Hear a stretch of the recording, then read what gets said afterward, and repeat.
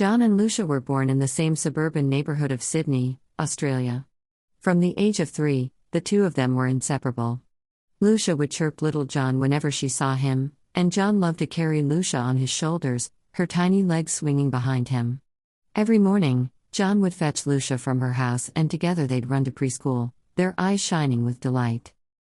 John's family lived in a small white wooden house with a tiny porch, while Lucia's home across the street was a red brick villa with a green tiled roof. Their parents, David, John's father, an architect, and Helen, Lucia's mother, an English teacher, had been close friends for years.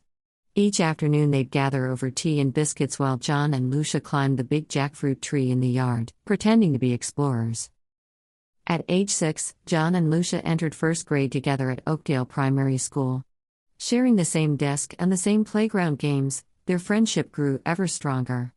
Lucia excelled in art, earning her the teacher's praise for every drawing, while John collected facts about butterflies, birds, and plants to illustrate the classroom bulletin board. In third grade, Mrs. Helen gifted each child a blank sheet of paper and a box of colored pencils. "Draw your future dream," she said. Lucia painted herself on a grand piano stage, her face beaming, and John drew the world with an airplane crossing oceans toward the Statue of Liberty.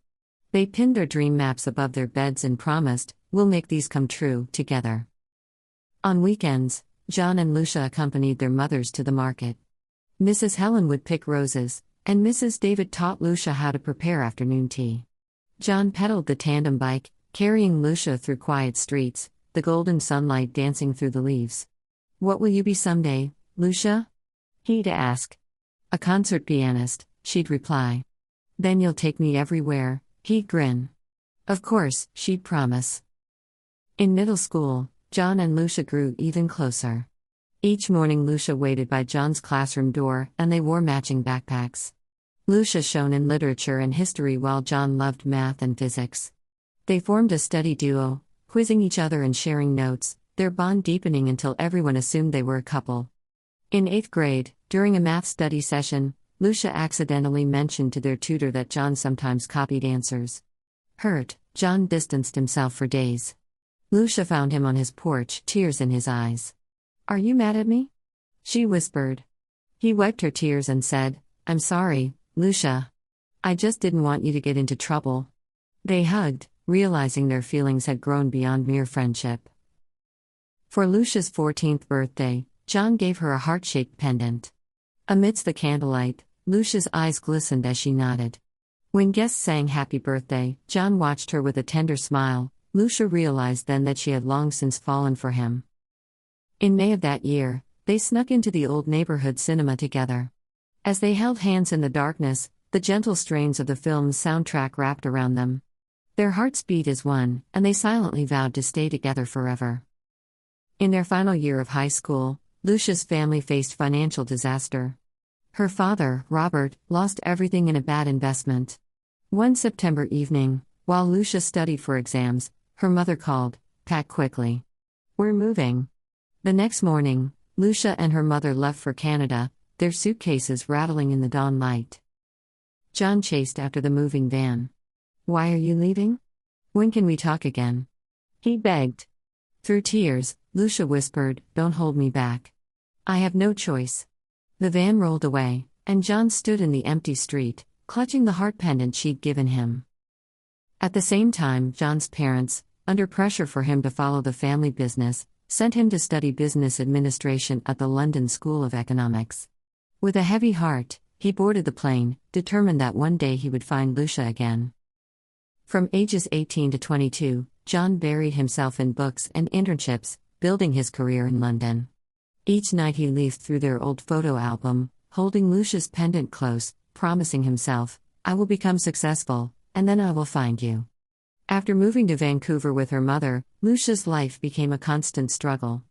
She abandoned her musical dreams and enrolled part-time in an office management program, working afternoons at a cafe to pay the bills. Her mother taught English as a second language, but the family debt remained heavy.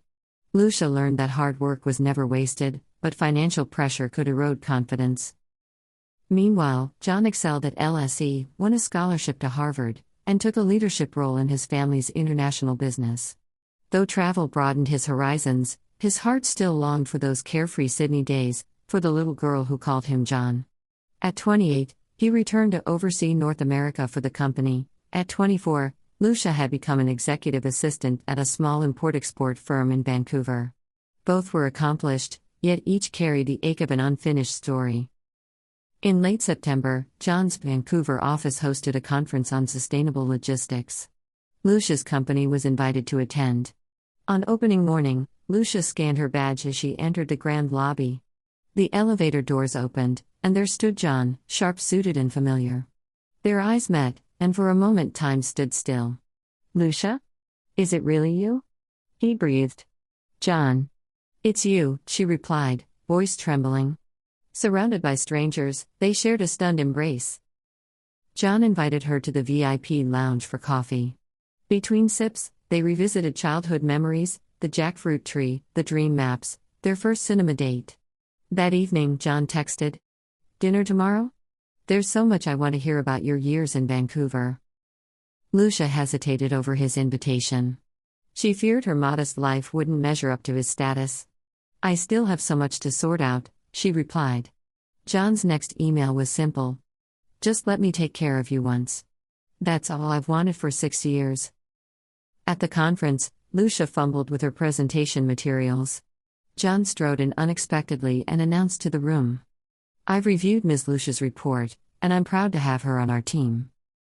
The applause that followed flushed Lucia's cheeks, but her heart soared.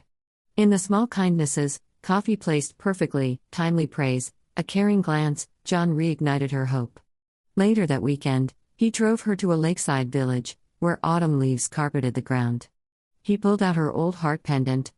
"I kept this for 6 years, waiting to see it around your neck again." Lucia's eyes glowed as she accepted it. "You are still the caring John the first knew," she whispered. In that moment, their invisible childhood bond grew unbreakable. Though their hearts had reunited, Lucia feared favoritism if their relationship became public at work. Determined to prove her worth, she threw herself into a major electronics export contract with a Japanese partner. Working late one night, she was startled when John appeared, coffee in hand. "You need rest," he said, adjusting her report's table of contents. His quiet support moved her deeply. When the company held a client communication workshop, John tapped Lucia to co-host. Nervous yet exhilarated, she delivered her portion flawlessly, earning a standing ovation. John's enthusiastic applause from the front row filled her with pride. Lucia's mother video called from Canada, worried her daughter was in over her head with so powerful a boss. Lucia, ashamed, packed her bags to return home. That afternoon at the office, colleagues teased, "Your boss is stepping in to help you?" Mortified, Lucia snapped at John and fled. He watched her go, bewildered, convinced he'd somehow hurt her. That night John stared at Vancouver's skyline. He realized that beyond professional help, what Lucia needed was reassurance of her own value. Remembering their childhood dream maps, John commissioned a graphic of their 8-year-old selves, Lucia at a piano, John by an airplane, and sent it with a note. "You are still the same dreamer. I want to help you realize those dreams." Lucia wept tears of joy and hugged him tightly. He then surprised her with weekly piano lessons funded by the company. One evening, at her small apartment, they played a romantic duet. Their music and hearts intertwined. On a rainy afternoon, John led Lucia to the harbor, draping his coat over her shoulders. Amid the drizzle, he knelt and confessed, "All these years, I've carried this love for you. You are the one I want by my side for life." Lucia, tears mingling with raindrops, whispered back, "I was afraid I wasn't good enough." He brushed her tears away. "You've always been more than enough." As the rain fell around them, he kissed her forehead, sealing the end of his long pursuit. Now an official couple, John and Lucia kept their love discreet at work. When the company launched its Southeast Asia expansion, Lucia was named regional coordinator in Singapore. Faced with paperwork errors and a last-minute meeting cancellation, she nearly broke. John flew in, and side by side they worked through the night, conquering every obstacle together. At the contract signing in Marina Bay Sands, they stood on stage hand in hand. No words were needed, their shared glance spoke of triumph over hardship. Lucia reignited her passion for music by founding a small piano teaching fund for underprivileged children. John managed finances and liaised with sponsors.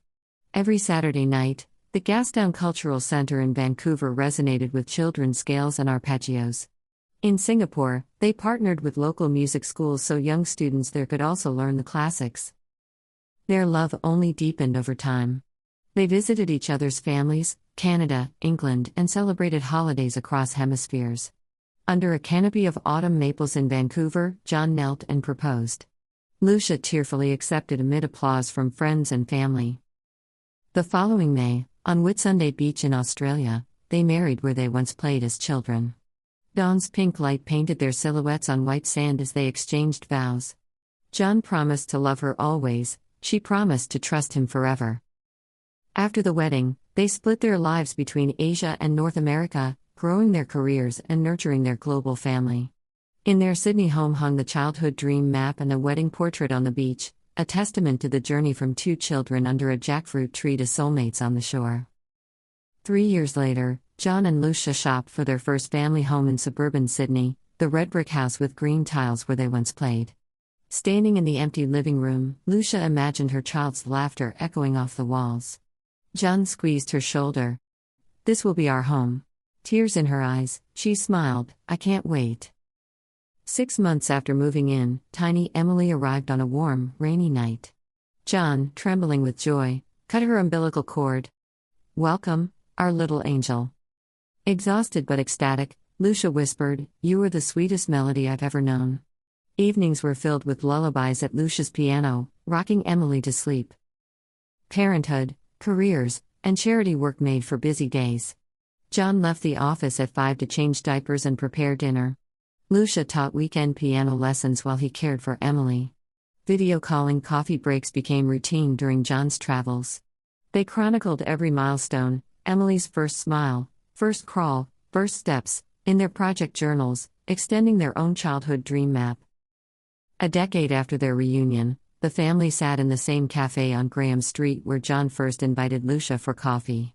10-year-old Emily sketched her own dream map, an artist and conservationist.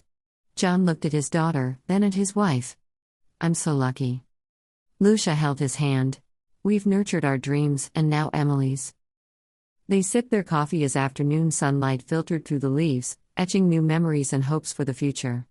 Emily beamed. "Mama, Daddy, I'll take you all around the world someday." John laughed. "And we'll be there to support you, every step of the way."